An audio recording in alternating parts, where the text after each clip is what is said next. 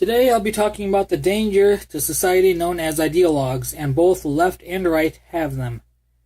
And when I'm talking about the left and right, I don't mean the American left and right. I'm talking about the global left and right.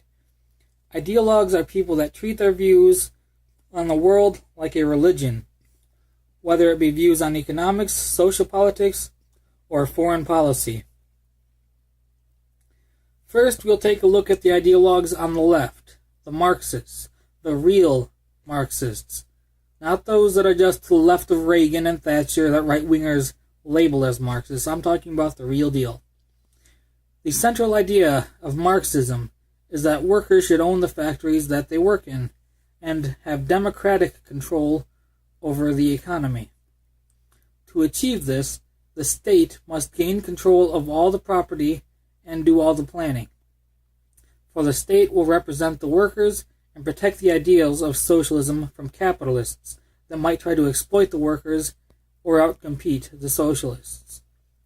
Then after a time has passed and everything has been built up and everyone is educated, the state will wither away as it will no longer be needed. Then everyone will freely volunteer for the betterment of their community instead of themselves.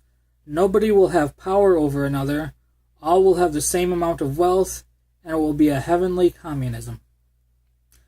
There are a lot of problems with this ideology, and I don't even need to point at historical failures to prove it. For one, when something becomes public property, it essentially is nobody's property. And when it is nobody's property, nobody gives a shit. This can be seen from simply looking at a public park compared to one's own backyard. The litter and dog shit and everything else that happens because people don't give a damn about it happens more in public spaces than it does private. This will also result in stealing, and with that, ultimately, black markets. For two, people are both greedy and lazy.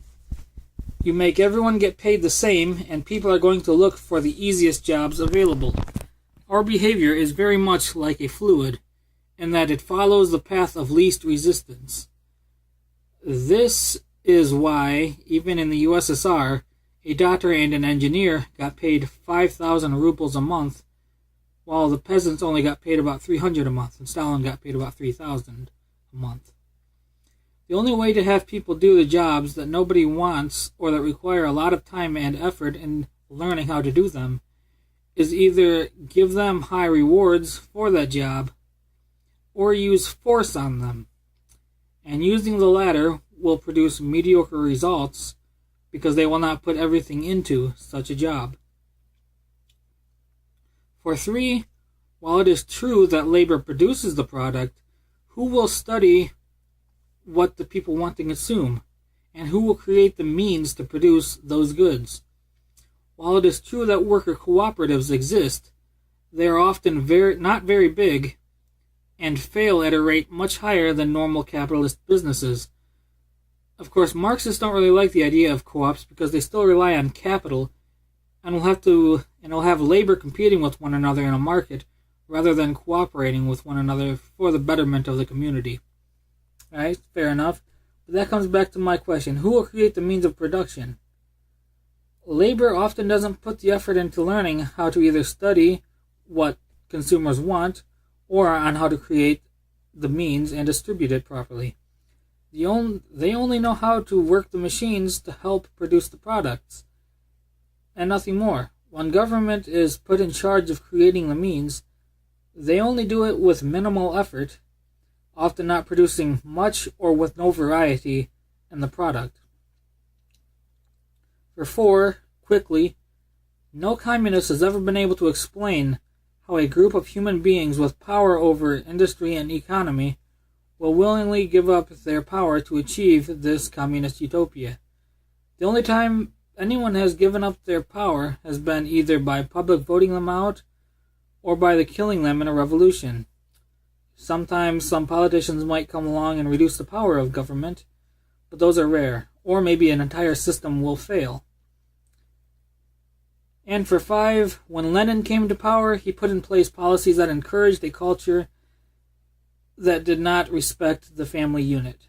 As a result of this, there were several homeless orphans, which is why Stalin encouraged the family unit once more.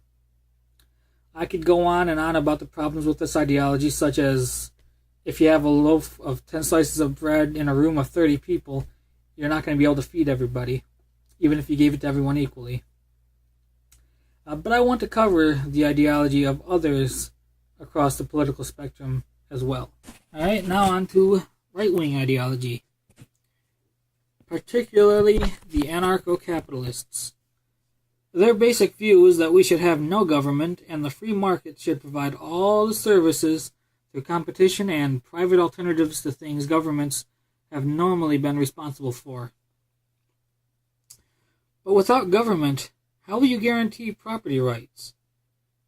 At that point, the property owner will be the one with the most guns and the largest group of people with them. Furthermore, even if that was somehow magically not a problem, business owners have a tendency to not like competing with others. This is why the government outlaws market division and cartels. Market division is when two or more big companies agree to not open shop in areas around each other. This way they don't have to compete and can raise their prices and lower their wages. Cartels are when businesses decide to cooperate with one another, and the same thing happens, raised prices and lowered wages. Government exists in capitalist countries, in theory, to force capitalists to compete, and to either break up monopolies or force monopolies to have their product or service be in the best interest of the public. Power plants are an example of this. They are a natural monopoly, so government puts a price cap on them, and sometimes subsidizes them to prevent a shortage. Capitalism needs government to exist. Government is not your enemy, nor is it your friend. It's just a tool that can be used to accomplish things. That's not to say everything can be solved with a hammer, but when a nail is sticking out, use that hammer to force it back in. In ancient Rome, the fire department was a private business. You know how they operated? If someone's house was on fire, they refused to put it out until the owner agreed to sell the house to the fire department. Then they wouldn't buy it for retail value, because it's on fire, it's worth less. So as a result, this private fire department also became landlords to many people. This effectively made the capitalist business something similar to a feudal lord. This is what you'd always end up with in a capitalist system with no government. Nationalism is a problematic ideology. It's the idea that you stand by your country and its decisions no matter what, even if it's wrong. And it's the idea that you only do things to benefit your own country while not taking into consideration how it affects the other countries around the world. The problem with this is that it can cause the largest atrocities, such as the Holocaust, and allow people to justify them much easier. It will also cause people around the globe to hate your country and people, and that's just an attack waiting to happen. 9/11 is proof of this. They didn't hate us for our freedom. They hated us because of our constant meddling and interference using our military and by messing with their elections.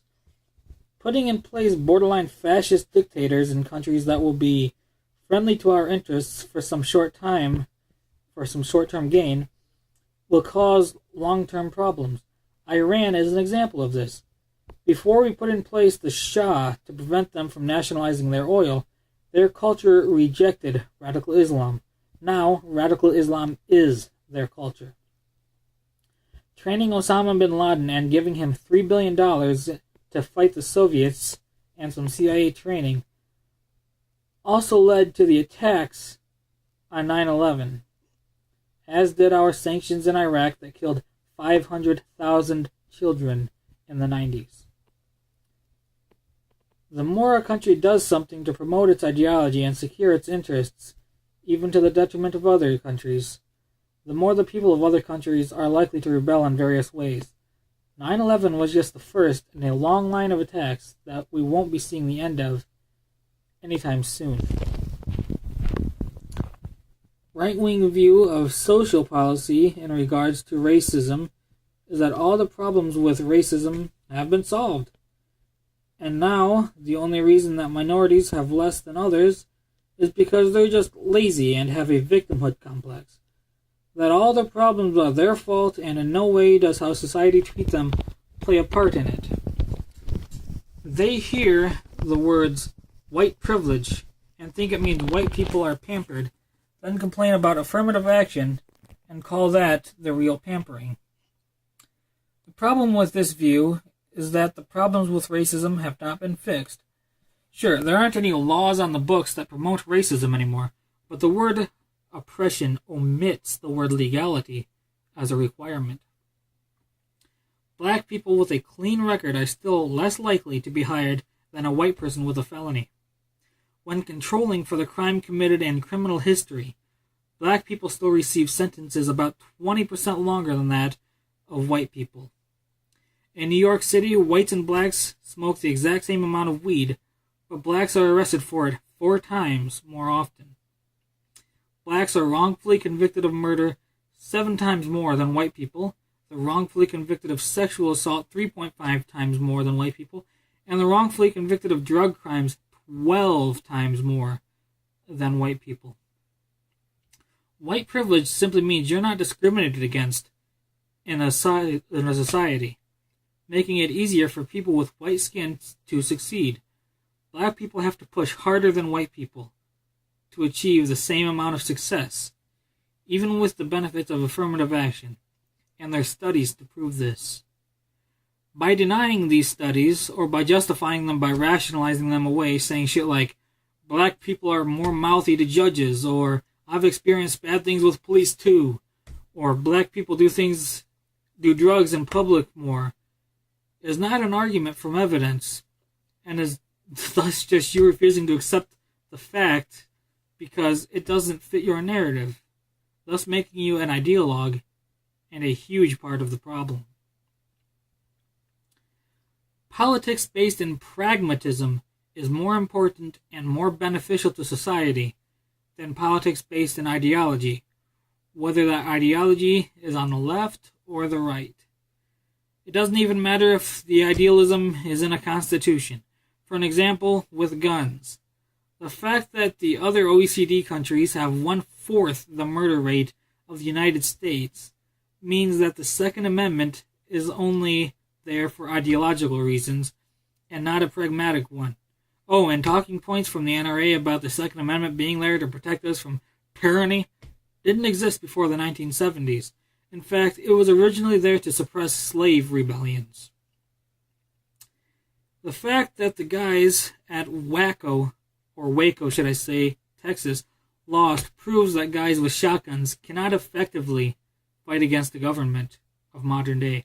And those were just police officers before we started giving them tanks.